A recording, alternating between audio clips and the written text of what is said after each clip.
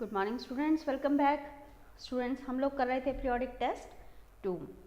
तो last class में हमने पीरियोडिक टेस्ट 2 की एक्सरसाइज ए, बी और सी कंप्लीट कर ली थी और अब इसमें लास्ट हमारी रह गई है एक्सरसाइज डी, जो कि क्वेश्चन आंसर्स हैं। इसमें जो भी क्वेश्चन आंसर्स हैं 5 क्वेश्चंस हैं, ये सभी पुराने लेसन्स में, पिछले लेसन्स में हम कर चुके हैं, लेकिन फिर भी एक बार हम इसको रिवाइज कर लेते हैं। आपको इनके आंसर्स आपके साथ डिस्कस कर लेते हैं। तो चलिए स्टार्ट करते हैं। कौन से क्वेश्चंस हैं इसमें?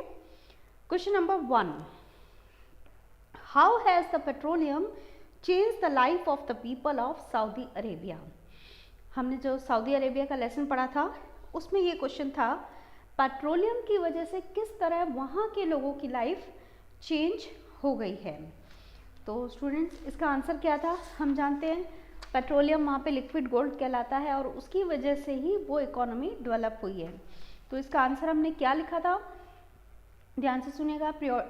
Petroleum in Saudi Arabia has increase their business in it and wealth and economy of all the people living there. इसी पेट्रोलियम की वजह से उनका बिजनेस इंक्रीज हुआ।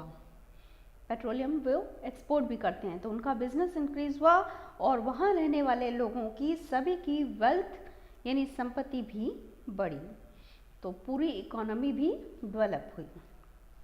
तो ये था इसका आंसर। अब आ जाते हैं क्वेश्चन नंबर 2 पर। What is a flyer? ये हमने पढ़ा था मीन्स ऑफ ट्रांसपोर्ट में, ये क्वेश्चन आया था, व्हाट इज अ फ्लायर। तो स्टूडेंट्स, फ्लायर क्या था? फ्लायर किसे कहते हैं? Flyer was the first aeroplane which flew for 12 seconds at a height of 3 metre covering a distance of 230 metre.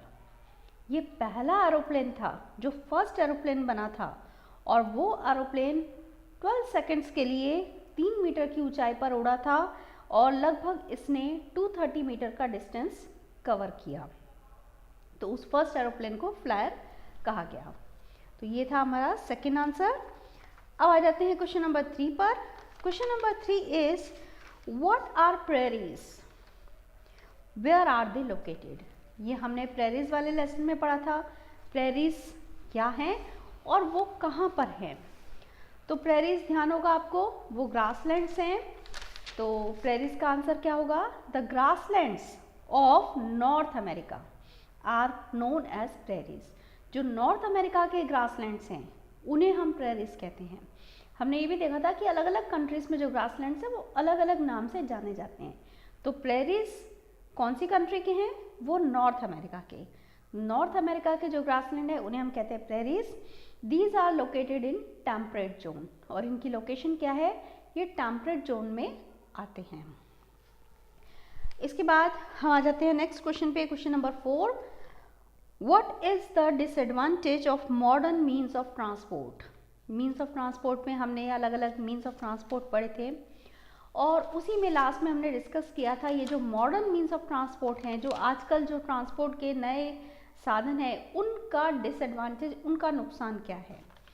तो इसका आंसर होगा, the modern means of transport have some disadvantages also. These are, first, the increasing number of vehicles on the roads lead to accidents.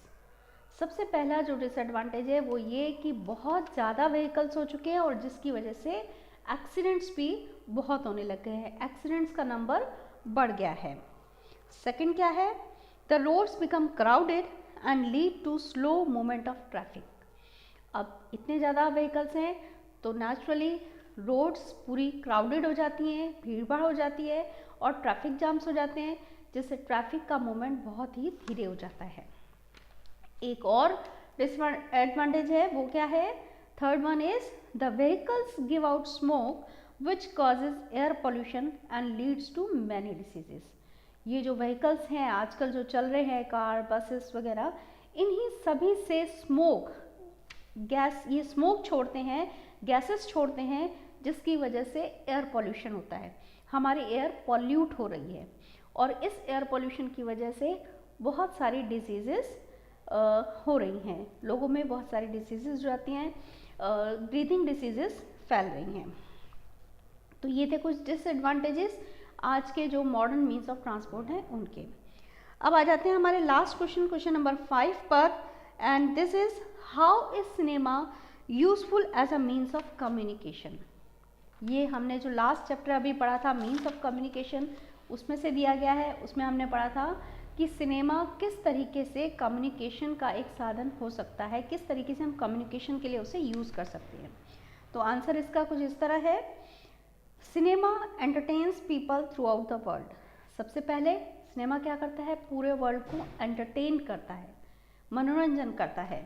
Then it can also be used for spreading knowledge and education through short films known as documentary. ये short films के थ्रू, documentaries के थ्रू education और knowledge भी देता है। सिर्फ एंटरटेन ही नहीं करता, इससे नॉलेज और एजुकेट भी कर सकते हैं, हम नॉलेज भी दे सकते हैं। किस तरह से दे सकते हैं, शॉर्ट फिल्म्स बना के, जिन्हें हम डॉक्यूमेंट्रीज कहते हैं। तो ये हमारा पीरियोडिक टेस्ट 2 कंप्लीट होता है। Good bye.